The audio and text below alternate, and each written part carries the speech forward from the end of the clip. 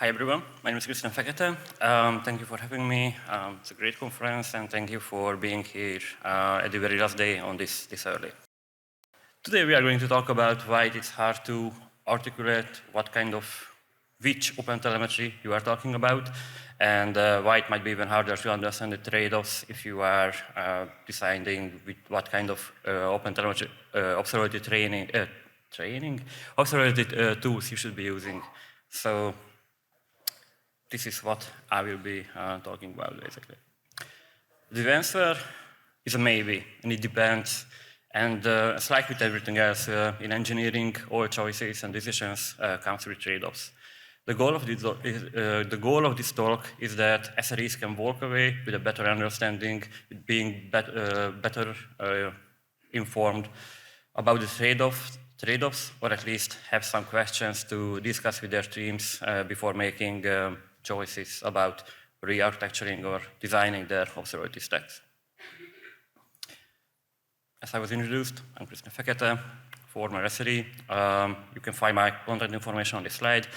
Feel free to reach out if you have any questions. I'm more than happy to discuss anything that I will be covering today. And if you visit my blog, you can also find some articles, and I'm also more than happy to talk about those. So first, some background on me. I was doing most of the same in all of my current or previous positions, and you can see how the name of this type of work or job or position changed throughout the years.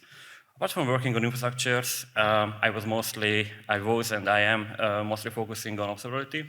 I started out operating smallish video streaming clusters. Then I moved to operate a mix of VMs, hundreds of VMs, and cloud-native infrastructures, running Kubernetes clusters, Istio service mesh, serving millions of users at LastPass, the password manager company. That was the place where I first encountered Istio, and later moved to Solo.io, the Istio company. Here I'm working as a field engineer, so what I'm doing is basically, that's like an equivalent of a solution architect. We are helping customers to design their application networking stack that has some observability-related components as well. But due to the size of the company, I'm still fortunate enough to be able to wear multiple hats. So I can work with customers, I can do some SREs, Prometheus, OpenTelemetry, plumbing, I can build eBPF programs, and even contribute to our projects. So I think that's a great position to be in. On this slide, you can find some trivia on me. As it was mentioned, I want to make SREs life easier. So if you want to help me to achieve this goal, you can scan this QR code, you can go to this link and help to make this issue disappear from GitHub. So I'm with Solo.io. It was introduced as the Istio company. Who is familiar with Solo.io? Not too many people? Okay, there are some people. Who is using Istio, by the way? Lots of people. Okay, that's not too bad. We also have a booth, so if you have any Istio-related questions, feel free to drop by and ask those questions. So at Solo.io, what we are doing is that we are making application networking really simple to the users. These are mostly platform teams, DevOps teams, SREs. We are providing a unified solution to all the problems that can arise in this space, starting from API gateways through the service meshes, right until GraphQLs, developer portals. And as I mentioned, these also have some observability-related tasks and solutions that are required in this space. So this presentation will also mention the observability part of our stack. This is the outline, the agenda for the talk. First, we will be talking about OpenTelemetry, what OpenTelemetry is, what kind of different OpenTelemetries are out there. Then we will take a look at the world before having OTel. Then we will see what's the promise of OTel, OpenTelemetry. Then we will check 3 case studies to see all the trade-offs. And after that, I have a very short last section with the takeaways. So let's start out with the high-level introduction on OpenTelemetry itself and see how the term and technology can be confusing sometimes. Everyone is talking about OpenTelemetry. I think this conference only has at least, I don't know, at least maybe 5 talks on OpenTelemetry.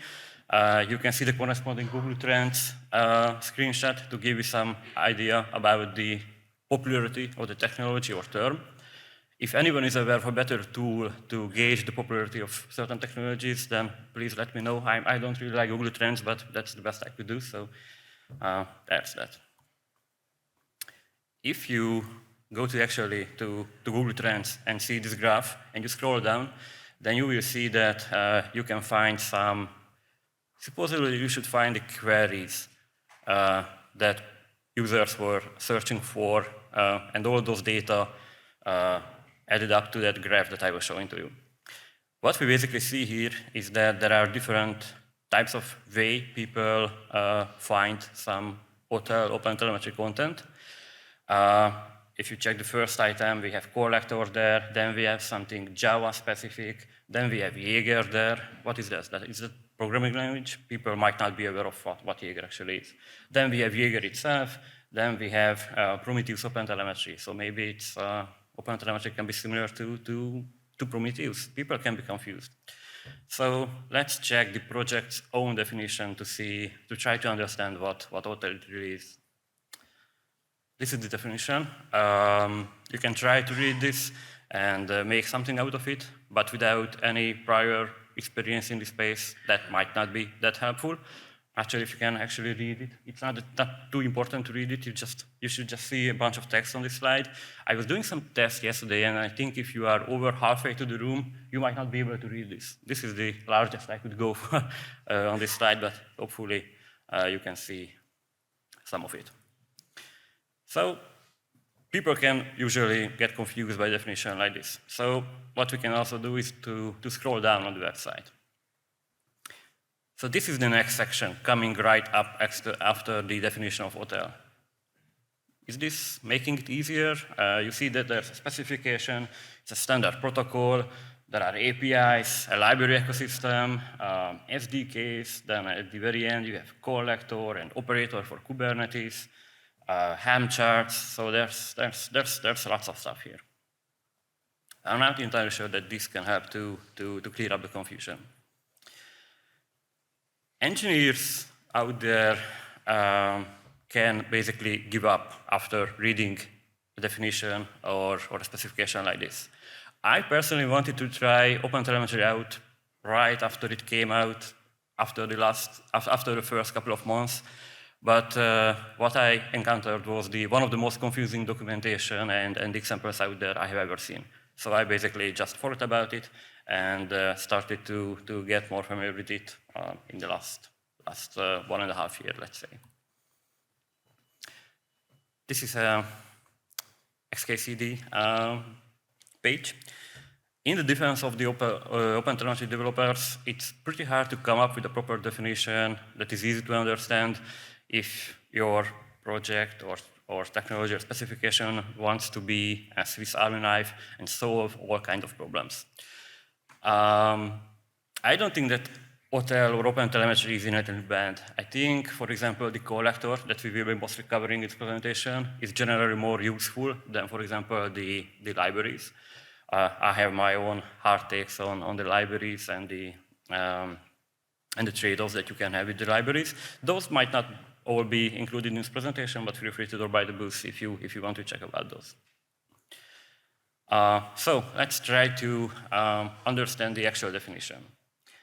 Basically, you can use the former category that is being mentioned in the definition, and those are the frameworks. So you can use the former ones, the frameworks, to instrument your application to emit observability data, let's say, telemetry data. Then you can use the later one, the toolkit basically. So there are some tools that we will be talking about. And you can use these tools to collect, transform, and ship telemetry data to anywhere basically. We will talk about where exactly. You can ship that to a lot of different places, and that's one of the greatest advantages of OpenTelemetry. But the important part is that the telemetry data that is being collected by the collector, those might or might not originate from actual OpenTelemetry instrumentation. And this is the part that can confuse people. So basically, what we have is we have OTel libraries, SDKs. we have OTel collectors, operators. Those are basically the same thing. It's just a Kubernetes operator on top of the collector. But basically, these can be all called and usually called OTel, OpenTelemetry, but they are not the same. Because the most important part is that, let's say someone says that we have to be compatible with OTel. We are building a new project, a new tool, and we have to be compatible with OTel. And this is very vague, because being compatible with OTel doesn't necessarily mean that we have to use OTel libraries to instrument our services. I might not even recommend it. There are some trade-offs, there are different opinions. All is completely fine, but this is my current assessment on the issue. Basically, you can, regardless of you are using OTel libraries, for example, you can still emit telemetry data. Those can be metrics, logs, traces. And even if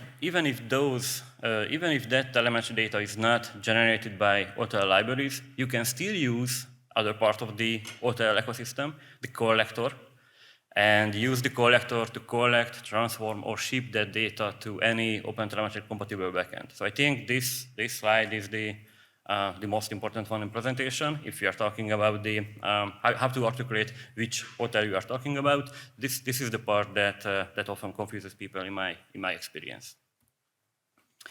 And this is what the OpenTelemetry collector look like. As I mentioned, this talk will be mostly focusing on this particular component and all the trade-offs. So let's see what we have here.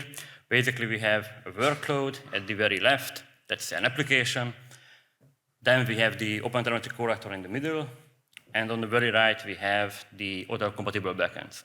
So we have this collector, and the collector has pipelines. The pipeline contains receivers, extensions, processors, and exporters. And if you put all these together, then you will get pipelines, and you can use these pipelines to ship the telemetry data to OTel compatible backends, basically. We will be going through some examples, but basically this is just a high-level overview of what you can expect if you want to get familiar with OTel collector itself.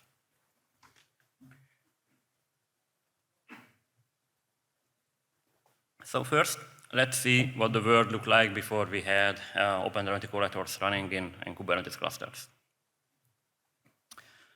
Traditionally, people are running or were running some combination of these open source tools to collect metrics, logs, and traces. There are also different tools as well, but these are maybe the most popular ones. These are well-adopted technologies. They do their job pretty well. They are different tools with different approaches. So for example, the configuration of these tools is different, but they are focusing on serving their job, and they are quite good at that. However, on the dark side, if you are using an observability vendor like, I don't know, Dynatrace, Splunk, New Relic, there's lots of vendors out there, then the traditional way, the original way to collect all this telemetry data was to use these vendors' agents. And the agents are usually a bit tedious to configure, or they all had some or have some vendor-specific assumptions on the problems you are trying to solve. Let's just say, in my experience, all these agents left something to be desired. So let's see how OpenTelemetry can help. This is, again, the same OTel graphics I had up before. It's a sample configuration of a collector. The collector is collecting Prometheus metrics, doing some transformations, and sending the data to Datadog. It's fairly similar to what you might be using if you are using the Datadog agent. You are collecting some metrics and pushing to Datadog. So that's fine. So let's take a look at this. We are adding a new receiver, and now we are also collecting logs. There's a file log receiver. That's currently the best or the only way to collect logs, even from Kubernetes clusters, but there might be some change on that front coming up. And all of this data is being pushed to Datadog. We are using the same collector. All we had to do was change the receiver part of the configuration. We didn't have to do anything else. If we want to see something exciting, then we should check out the next slide, because here what we have is groundbreaking. If we compare this to the traditional observability vendor world, agent vendor world. We added a new receiver called OTLP, so now we are also collecting traces. Let's say you have some modern applications and you can ingest traces through OTLP. That's fine. But what is even more exciting is the exporter section, because notice that we are now pushing everything to let's say Loki. Loki is a great logging backend. It has its own exporter. It's called Loki Exporter. And we also have an OTLP exporter, and OTLP exporter is basically a way to push to standard OTLP-based backends. In this case, that OTLP-based backend can be Tempo by Grafana Lab. That's another great solution by that company. So what we can basically do is that we can migrate to a different vendor or to even open source solutions without changing anything except for the exporter section in this case. Traditionally, normally you would have your observability vendor at the very end. That was where you were exporting to. But here you can basically, without changing any actual component running in your infrastructure, you can make some config changes, very simple, YAML-based, everyone's favorite config changes, and you can basically migrate between vendors or tools or technologies. The cost of migration is greatly reduced if you are following this approach, and I think it's a quite nice option to have. So now let's go through some use cases and scenarios and see when it makes sense to use these new OTel-based tools. If it's not stated otherwise, we will be mostly focusing on metrics, but there can be some traces or logs mentioned as particularly. This is the first use case.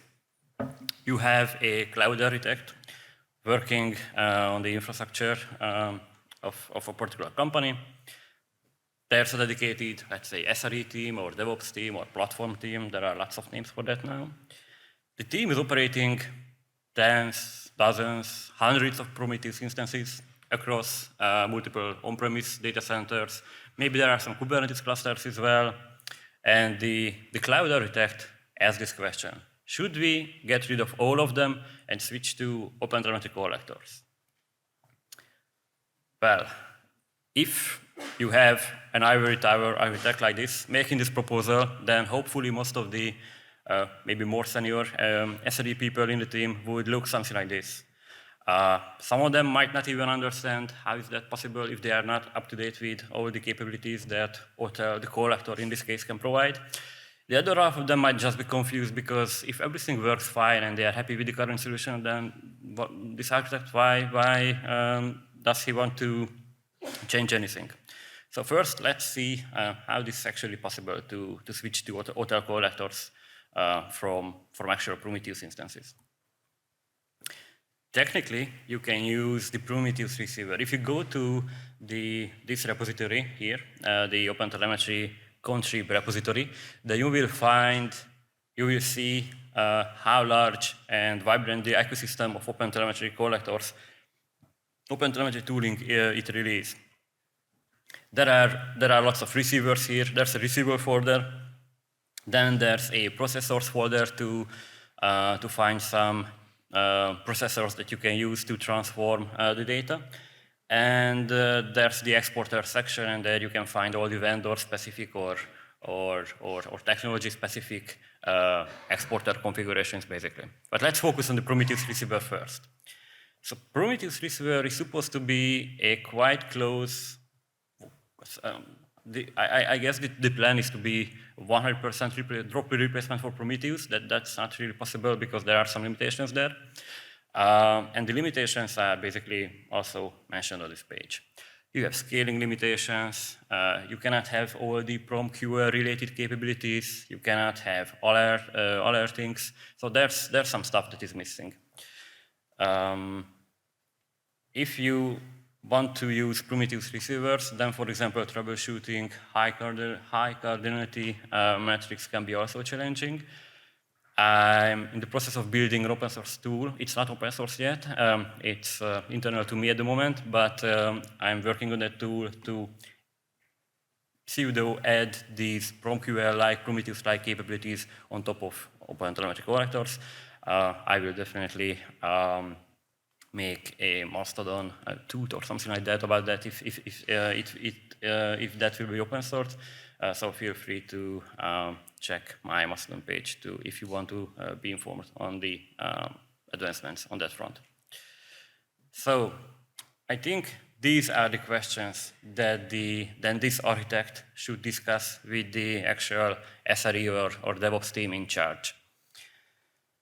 First question, do you have any problems with the current solution? Because if not, then it doesn't really make sense to switch to some other technology just because you saw a talk at a conference and you think that, okay, OpenTelemetry collector is great, it can also do the job of Prometheus, all this kind of stuff. So that should be the first question that the team discussed. After that, you should be aware of all the failure modes of your current solution that you have in place.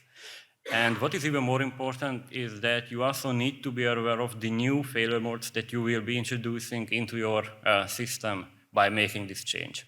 You can go to I forgot to put a link on the side because it's already crowded, but if you go to my blog, krisztianfekete.org, you will find a blog post on various Prometheus failure modes. I think that's a good collection to go through if you want to cover all the usual modes Prometheus instances can break, but that's a very important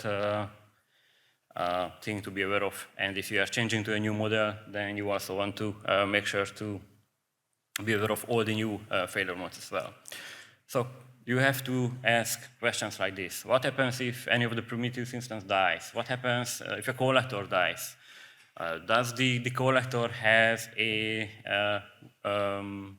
write-ahead log, for example? What happens if you have impaired connectivity between Prometheus and the backend that you are pushing data? That can be tunnels, that can be any other backend, but what happens if you have Prometheus? What happens if you have a collector?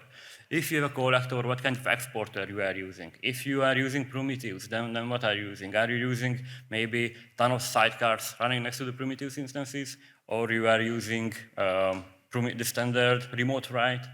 Are you maybe using the new agent mode? There are lots of different ways to go about this. All comes with trade-offs. So I would say testing is definitely required before making a decision like this. Then if you have impaired connectivity between, let's say, Kubernetes clusters, but you still have access to an actual Kubernetes cluster, in that case, is it valuable for you to have local query capabilities? It's fine that you have no access to the centralized monitoring platform, but if you have access to your, let's say, I don't know, US East 1 cluster, where most of your production system is running, and you have a Prometheus there, then it's most definitely useful to be able to run queries from there or evaluate alert rules from there, for example. Resource usage is another great example.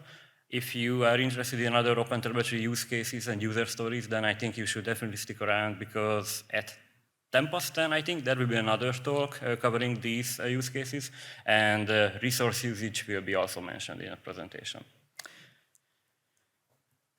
So my conclusion to this question is a maybe. It's more like a no. Most of the time, it doesn't really make sense. You can use OTel collectors in this case to some extent to have a layered approach or make some parts of the infrastructure a bit more lightweight. You can also use Prometheus agent mode for that. It depends. It depends on the actual requirements that you might be having in that particular environment, basically. But even if you want to do that, you should be also aware of all the functionalities that you might be lacking afterwards, the transitions, all the new failure modes that you are introducing into the system. So yeah, it's a maybe. To me, it's mostly a no, but depending on the size of the infrastructure and all the requirements, it can be a maybe. Now let's see use case 2. You are a site reliability engineer working on a SaaS infrastructure. You are running one or multiple property observability agents, and your observability agent is also a core contributor to OpenTelemetry. Should you switch to OTel correlators in this case? Again, these are the questions that you should be discussing with your team, I think. First question, what kind of telemetry data you are collecting? Are you only collecting logs, metrics, traces, maybe some combinations of this? Do we have dedicated components for these? Because usually, traditionally, these agents are supposed to collect everything. But what happens if your tracing pipeline affects your metrics collection, for example? Metrics are quite important. There are some observability vendors who are really pushing tracing and all the tracing-based solutions. I have my own opinions on that. I think metrics still have their place. Tracing is also fine. There are trade-offs everywhere, and getting started with metrics, for example, is pretty cheap and easy to the most part. After that, the next question, what is your observability strategy? You have to try to think going forward what will happen probably. Do you have a chance to migrate to another observability vendor? For example, I don't know, you are a happy Splunk user, then Cisco just buy Splunk. Would you be also a happy Cisco Splunk user? Maybe, I don't know. There are companies who might be a perfectly happy Splunk user, but they might have some issues with Cisco, who knows. But the most important part is that there are two important things here, and the first one is to check out the vendor's limitations page. Because if you are using OpenTelemetry to collect telemetry data and push that to the vendor, then most probably there will be some kind of limitations. These limitations can cover, for example, the possible number of dimensions that your metrics can have, or there can be other subtle things that might not seem that important, but could be important later on. So it's always better to check the limitations page. And after that, the next one is the migration plan. You should really have a good migration plan, a rollback plan. You should have feature parity between your environments. You should have a dev or staging or testing environment that is as close to production as humanly possible, because that way you can really get prepared for what will be happening if you are doing this in production. A phased approach is also nice. So for example, you can start out with moving, for example, the metrics or the logs collection to an OpenTelemetry collector, and you can still use, for example, the traditional property agent to collect traces. So you can do this gradually. There's no point of doing everything all at once, because if something breaks, then everything will be broken and it will be very hard to troubleshoot any issues. So I think generally these are the questions that you should be exploring. These seem to be easy or maybe trivial questions, but doing proper research on them might not be that easy in all the environments. Apart from that, I think switching to OpenTelemetry collectors, if you are using a vendor and the vendor is actually contributing to OpenTelemetry, should be generally a good idea. Even the observability vendors are advocating to switch to OpenTelemetry collectors because, of course, that will benefit them as well. You can basically migrate to them with much less cost. You will also have the benefits of doing this, so you can actually make a bad decision by switching to OTel collectors in this case, but make sure you have the migration planned and researched properly. Then, this is the last use case.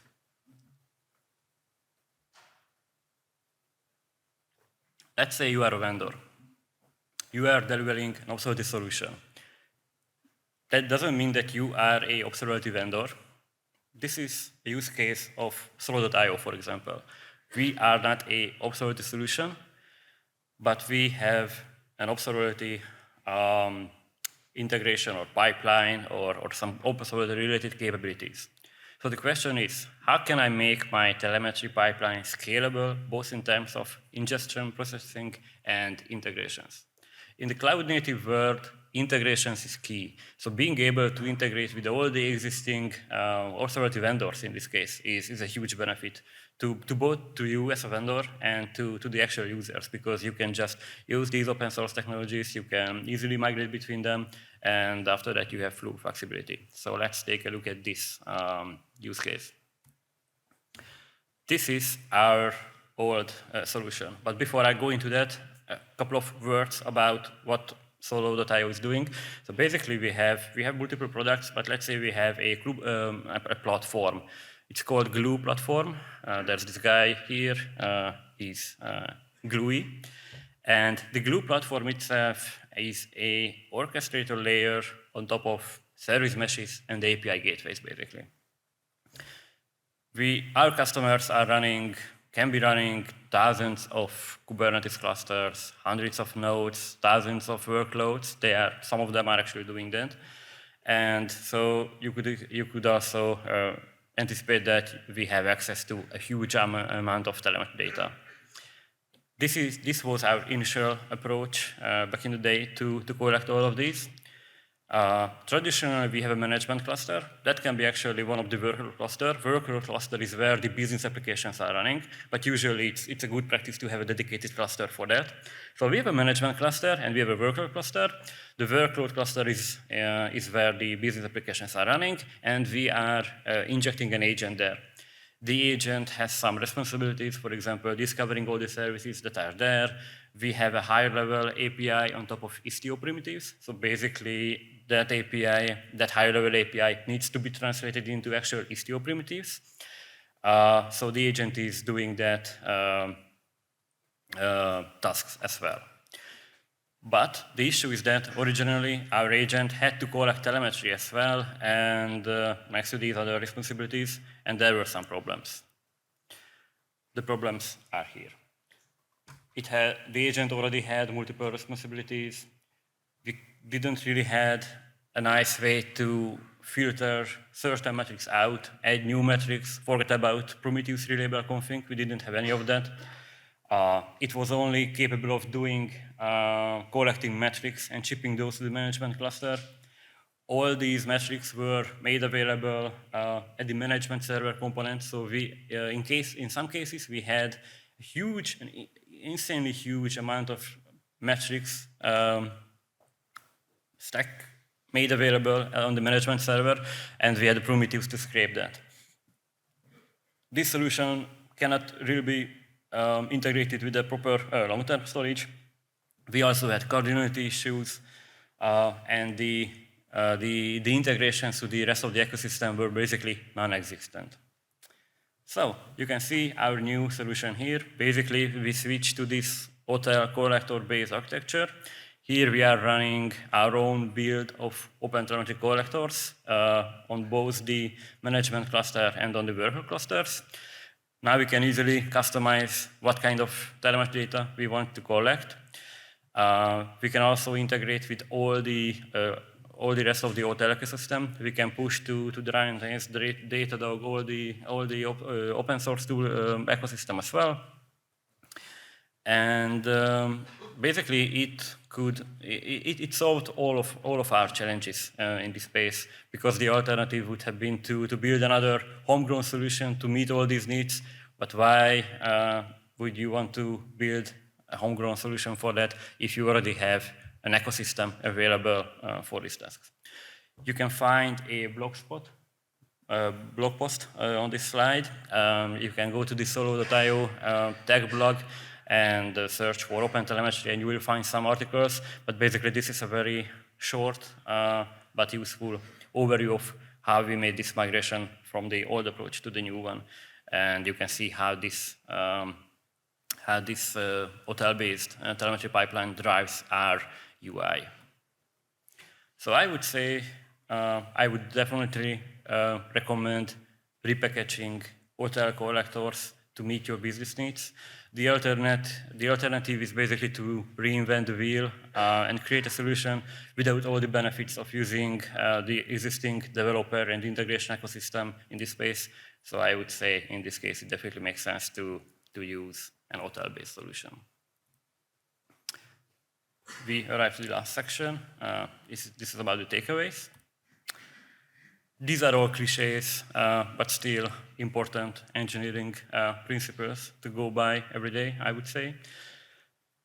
Articulating which OpenTelemetry you are talking about might not be that easy. Hopefully those graphics that I had up there at the very beginning of the talk would be useful to make sure to understand that you don't necessarily have to use the complete ecosystem to be able to compatible with OTel collectors, for example. OTel is also not a silver bullet, neither Prometheus or any of the tools. Basically, all comes with trade-offs. You just have to pay close attention to all the trade-offs and the requirements in all the particular use cases to make sure that you can make the best decision in the given scenario. And the last one, don't reinvent the wheel. If for example, observability is not your core business, then, but even if it is, all the observability vendors are moving towards having OpenTelemetry collectors available as a first-class citizen to collect and process all these metrics.